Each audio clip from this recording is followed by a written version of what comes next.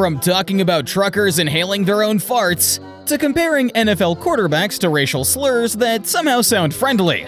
There might not be a single person on Earth who breaks Joe Rogan more consistently than Theo Von. Like the time when Joe and Theo were having a completely normal conversation about growing up around strict parents. And then Theo suddenly remembered a friend whose dad was violently anti-gay. Dude, we used to get high when we were kids, and we'd go outside and get high, and then I'd come back in early into my buddy's house.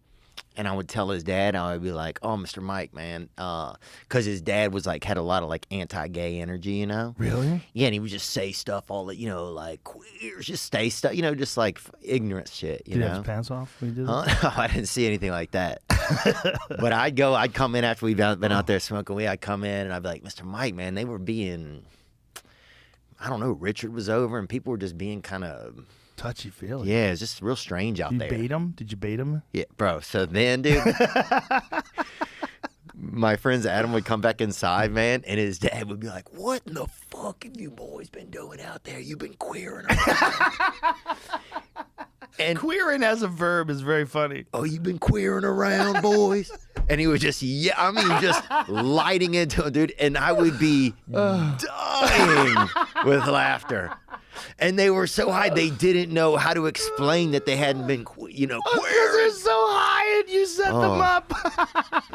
In a similar scenario, Theo starts asking Joe whether he's ever acted a little less than straight when a gay guy was hitting on him to boost his confidence. Would you ever let a gay dude flirt? Did you ever let a gay guy flirt with you a little just to keep your spirits up a little? Keep my spirits up a little? Or just like say you're sitting somewhere, you're talking to a guy and it's a gay guy. Did you ever, not act real straight or something because you were, you know what I'm saying though, to try to just have a decent day or whatever? You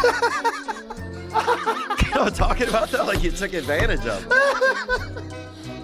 And once the conversation shifted to sports, things somehow got even worse. Joe and Theo were discussing Colin Kaepernick comparing the NFL combined to slavery, with both of them agreeing that it was one of the most ridiculous comparisons they'd ever heard. But while Joe was trying to explain why the argument made no sense, Theo was busy coming up with a new name for Kaepernick. Did you see that Netflix special where Colin Kaepernick is comparing the NFL to slavery? Bro. Throws a Parks, that's what I call that dude. Throws a Parks. And somehow, Throsa Park wasn't even the weirdest athlete description Theo came up with. Because a little later, Joe and Theo found themselves in a conversation about transgender athletes, biology, and where humanity might be headed in the future. Theo immediately starts using NBA player Ben Simmons as a scientific case study. And within seconds, he manages to describe a 6'11" professional athlete with a single word that sends Joe into orbit. Beige. But do you think ever that Mother Nature has a plan, a bigger plan, where in the end it all ends up that we're like trans, like Ben Simmons is, like all like crossed? You know what Ben Simmons? Ben Simmons is like a Mick. He's a black and I think he's black and white, right? He played at LSU. He's a great basketball player. What does it have to do with his sexuality? But he's beige. You know what I'm saying? He's beige. Does it? You know what I'm saying? Does it end? Because here we go. In another episode, the conversation switched to Joe and Theo talking about plane crashes and survival situations. Now, most people would be thinking about how to stay alive, but Theo was thinking about who he'd eat first. I think about that kind of stuff. Like if a plane crashed, I already know I'm planned ahead, dude. I'd eat a Vietnamese guy. Why? Because that's easy. It's a starter move. If you attack somebody bigger, if you eat somebody bigger in front of other people, it's going to alarm people.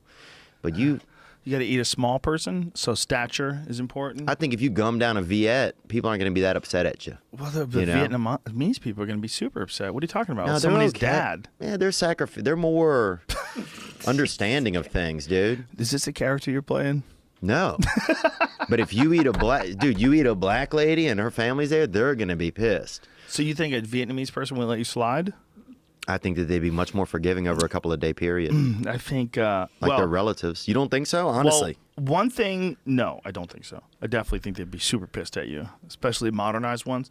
But what is interesting is like Vietnam is one of the few places where Americans can go back to Vietnam and they don't seem to hold any grudge at all. Exhibit A. Exhibit A, man, honestly. And if there's one thing Theo loves more than saying insane things, it's roasting Joe Rogan directly to his face. Because a little later, the two were talking about fitness and Joe's workout routine, which should have been a safe topic, considering Joe looks like he could fight a grizzly bear. But Theo takes one look at Joe's abs and somehow doesn't see an elite athlete, but rather a Thanksgiving dinner. I usually do this right after cardio, so this is like a cardio session. Wow, dude. Yeah. You look like one of those turkeys when they tie it up and it gets all like kind of like lined out.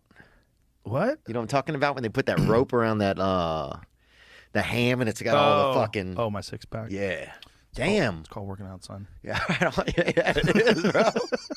I didn't know what that end game could be like, baby. That's freaking wild, dude. Congratulations, man.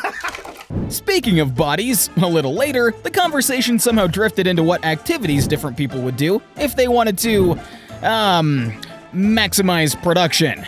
A topic that probably should have ended almost immediately. But instead, Joe asks Theo what kind of hobbies he thinks would make somebody come a lot. What activities do you think you do where you come a lot?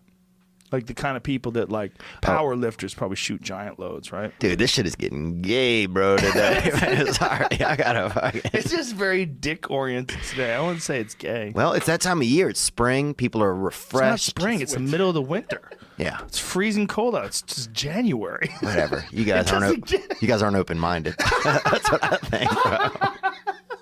And somehow the conversation still found a way to get even dumber, as the two then ended up talking about energy drinks as the beverage of choice for wife beaters. Energy drinks sometimes, which are like piss magnets. Yeah.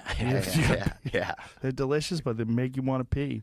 Make you want to beat your wife, too, dude. I've seen a lot of dudes drinking Monster that you know they're going home to punch.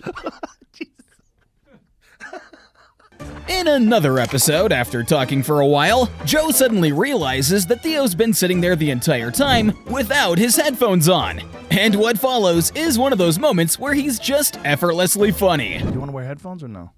Oh, yeah, you want to put them on? I didn't see you had yours on. I feel like I'm alone here in headphone land. Yeah, it is weird, huh? Now you're back. It's like when you put a condom on and then the other person's just still looking at their phone. And you're like, oh, this is weird. Before the end of the conversation, they started talking about truck drivers and life on the road. Theo immediately starts theorizing that truckers are accidentally getting high from breathing in their own farts. There's a lot of there's that trucker's high that they get from huffing their own gas. There's like a syndrome or something that starts from it.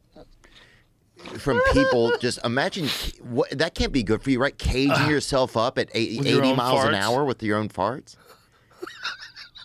And just cruising state to state, just fucking... Just letting it go, baby. Ugh. And the combination of things, ring dings and pork rinds and fucking Pepsi. Saying fag over and over again. Just all of that just compiled at once into you.